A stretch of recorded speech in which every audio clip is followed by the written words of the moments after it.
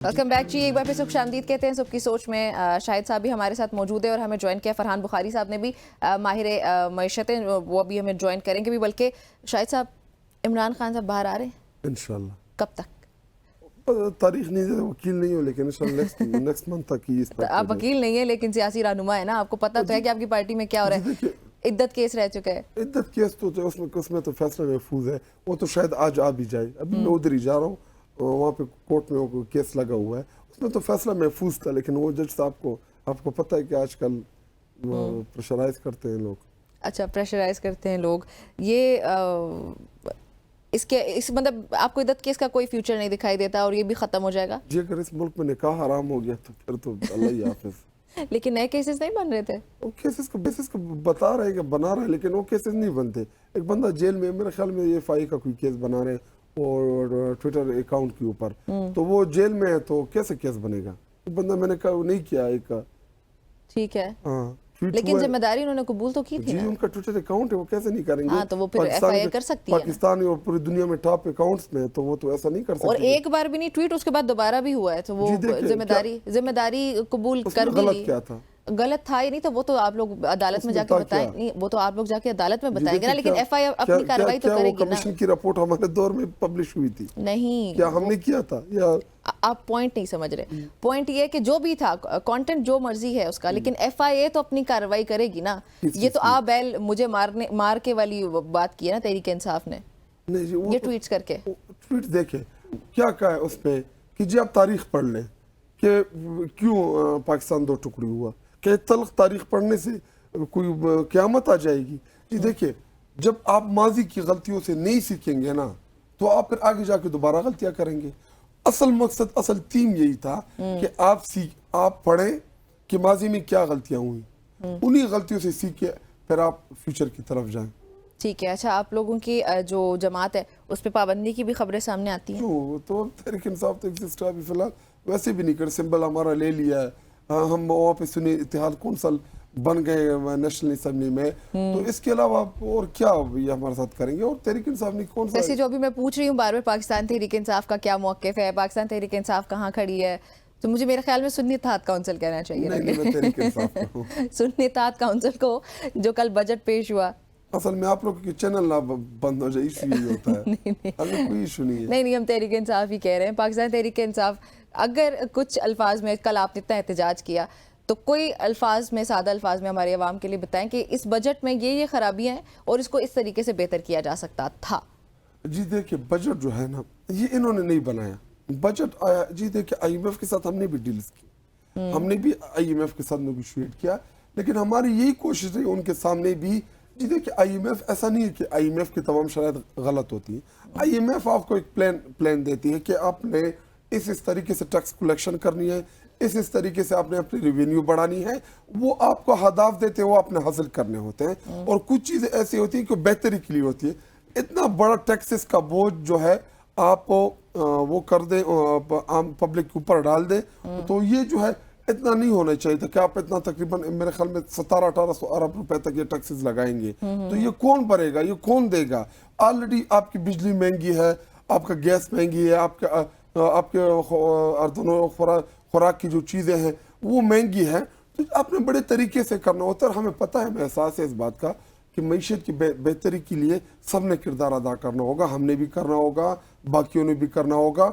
और मईशत के ऊपर तो चार्टर्ड ऑफ इकोनॉमी जो है, ये वक्त की ज़रूरत है और ये होनी चाहिए मईशत के ऊपर कि तमाम पॉलिटिकल जमातें मईशत के ऊपर बिल्कुल इस बात के ऊपर इत्तेफाक करें कि मईशत जो है इसके ऊपर कोई सियासत नहीं करेगा। लेकिन ऐसा भी नहीं कि जिनके पास इख्तियार ना हो और आप उनको ले आएं और उनको क्या बजट पेश करें। शाहिद साहब हमारे साथ ही हमें ज्वाइन किया जी, ज्वाइन कर चुके हैं फरहान साहब हमें। फरहान साहब अस्सलाम वालेकुम।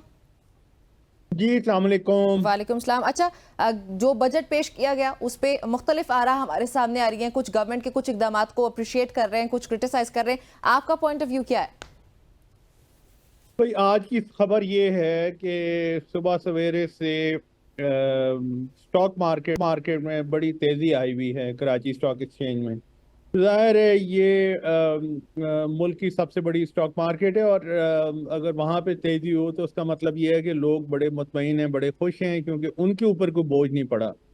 ایک تو پاکستان کا یہ پہلو ہے، لیکن دوسرا پہلو یہ ہے کہ ملک میں جتنے کسان جنہوں نے گندم کاشت کی تھی، وہ گندم کی پرائس کریش ہونے کے بعد جو کہ ہماری ڈومیسٹک مارکیٹ میں ہوا ہے، وہ انتہائی مشکل کا شکار ہیں۔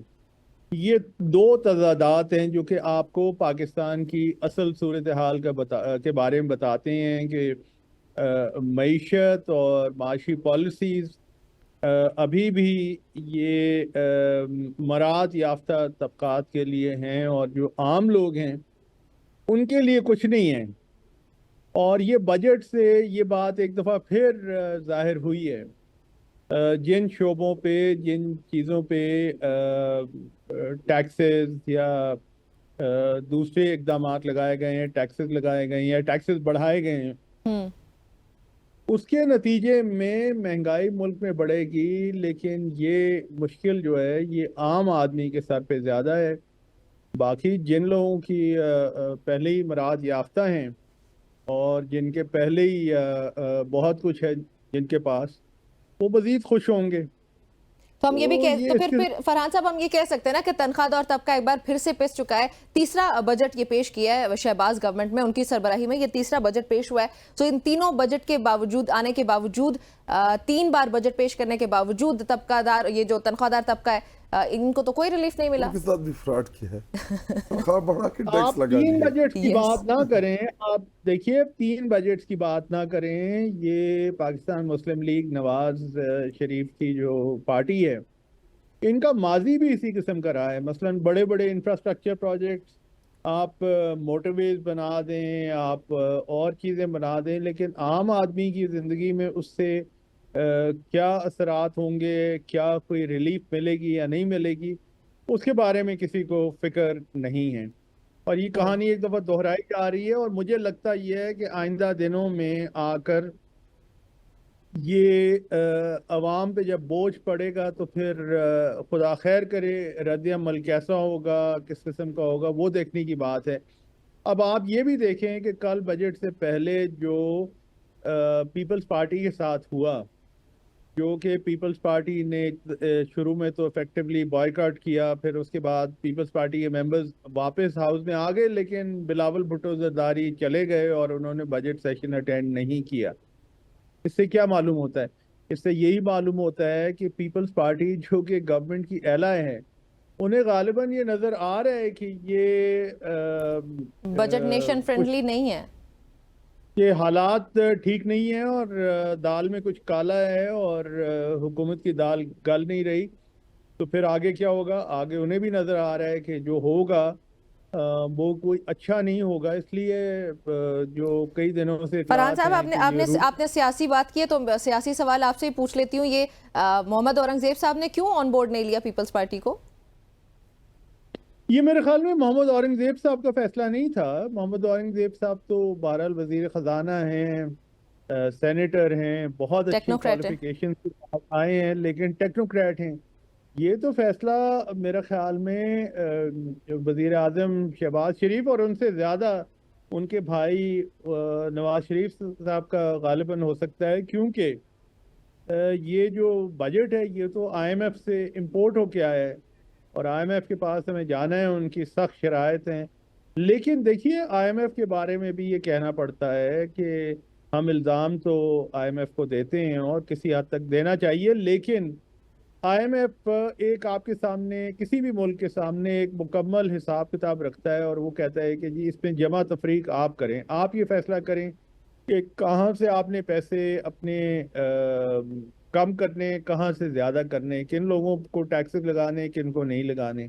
اگر پاکستان میں حالات یہی ہیں کہ ایک معاشی اشرافیہ جو کہ سیاست پر اور معاشرے پر حاوی ہیں، وہی آ کر ایک دفعہ پھر حاوی ہو رہے ہیں، اور بجٹ بھی لگتا یہ ہے کہ کسی حد تک انہی کے لیے بنا ہے۔ آخر یہ جو صبح سے اطلاع ہے کہ سٹاک مارکیٹ میں تیزی آئی ہے، تو پھر بات تو واضح ہو گئی ہے کہ یہ بجٹ کس کے لیے بنا ہے اور کیوں بنا ہے۔